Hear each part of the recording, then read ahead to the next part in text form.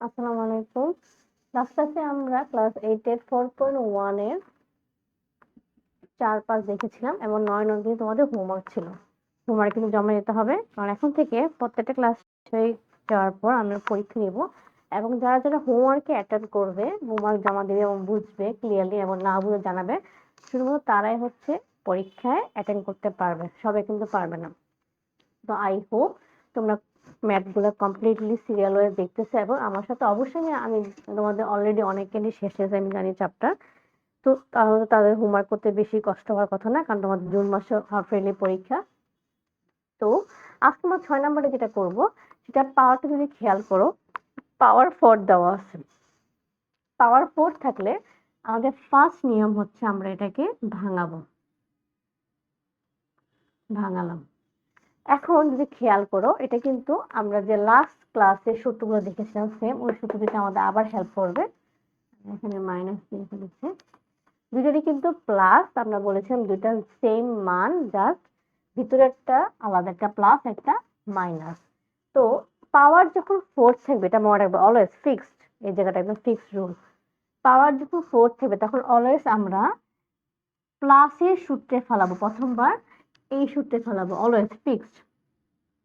তাহলে ফালাই।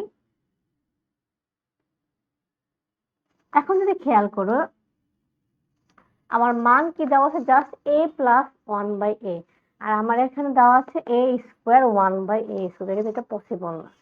প্রথমবার আমরা নিয়ম হচ্ছে প্লাসের সূত্রে ফেলাবো, সেকেন্ড বার জাস্ট এই ব্র্যাকেটের ভিতরে যে মানটা আছে তাকে সূত্রে ফেলাবো। আবার কিসের সূত্রে সেটা বুঝে উপায় হচ্ছে এই দেওয়া আছে কি মানটা, সেটার উপর দেওয়া আছে মান কিসের দেওয়া, পজিটিভে।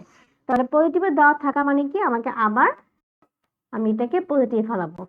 সামনে আমরা দেখবো নেগেটিভের মধ্যে ফেলানো লাগবে, যখন যে মান থাকবে আমরা সেই মানে ফেলাবো। কিন্তু যদি খেয়াল করো, আমাদের যে বাইরে স্কোয়ার বাইরে মাইনাস এগুলো কিন্তু পাশাপাশি থেকে যাবে, এগুলো কিন্তু চেঞ্জ হবে না। তাহলে কি, এটার মান কত, এটার মান আছে 4 -2। তাহলে হিসাব করি, ভেঙে ভেঙে তোমাদের দেখাচ্ছি যাতে তোমাদের কষ্ট না হয় বুঝতে। 14 কে বলো 196 194। আমি আবারও বলতেছি, পাওয়ার 4 থাকলে আমাদের ফার্স্ট নিয়ম হচ্ছে আগে ভাঙাবো, ভাঙানোর পর তারপর তাকে হচ্ছে আমরা প্রথমবার পজিটিভের সূত্রে ফেলাবো। সেকেন্ড টাইম গিয়ে যখন ফেলাবো তখন হচ্ছে আমরা দেখবো আমাদের দেওয়া আছে মানটা কিসে আছে, সেটার উপর ডিপেন্ড করবে যে আমি সেকেন্ড টাইম প্লাসের সূত্রে ফেলাবো নাকি মানের সূত্রে ফেলাবো। এখন আমরা যাচ্ছি 7 নাম্বার টার্ম।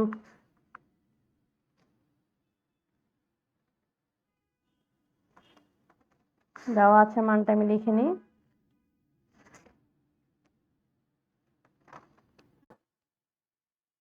কোশ্চেনটা এখন প্রদত্ত রাশি লিখে তুলে নাও। আচ্ছা, এই অঙ্কটার ক্ষেত্রে আমরা হচ্ছে একটু অন্যভাবে করব, প্রদত্ত রাশি লিখে করব না। এই অঙ্কটা হচ্ছে কাইন্ড অফ কিসের মতো বলা যায়, 4.1 এর আমরা যে 2 নংটা করেছি ওটার নিয়মে হবে কিন্তু।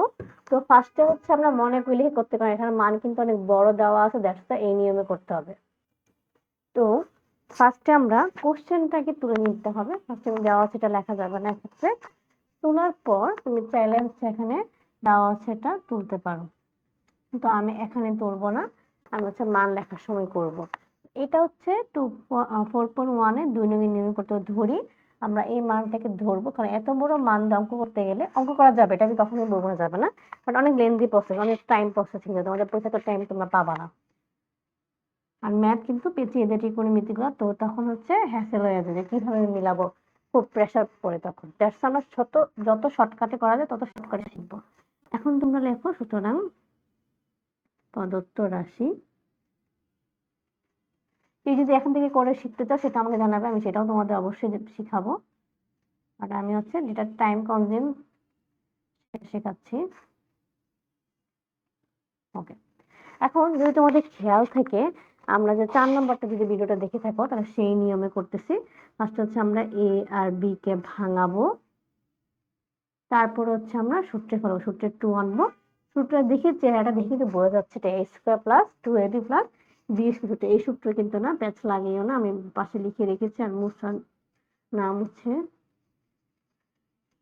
এ প্লাস, এটা সূত্রটা তোমাদের ভিজুয়ালাইজ হয় সবগুলো, তাই আমি আর মুছি না একটা।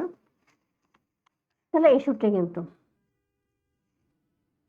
এটাকে আমরা কি লিখতে পারি, এ প্লাস বি হোল স্কয়ার। এখন তুমি এ আর বি এর মান বসাও। এ মানে আমার কথা দেওয়া আছে, এটা দেখিনি। এ মানে এ, এখন এর মান আমরা কি ধরেছি, এই যে এটা কিন্তু এ, তাহলে এর জায়গাটা বসাও, তারপর আমরা গুণ টুন করে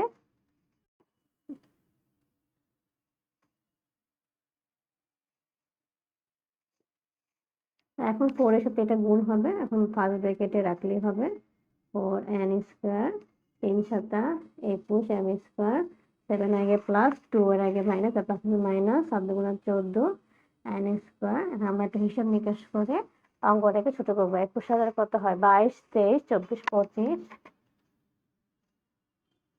আর এটা হচ্ছে কত 10n স্কয়ার।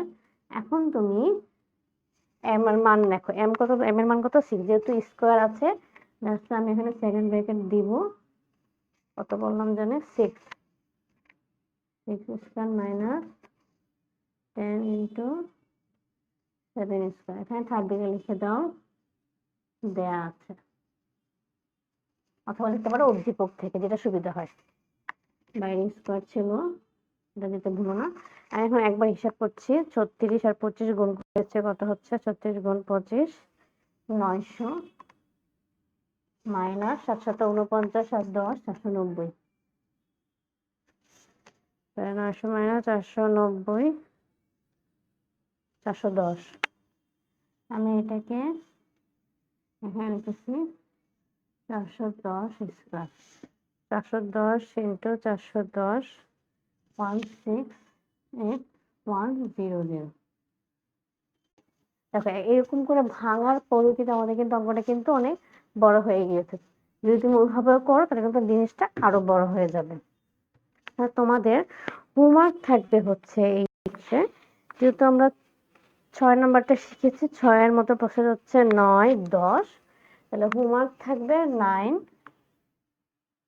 9 10 9। হোমওয়ার্ক কিন্তু তোমাদের কমপ্লিট করতে হবে অবশ্যই। আজকের মতো এইটুকু।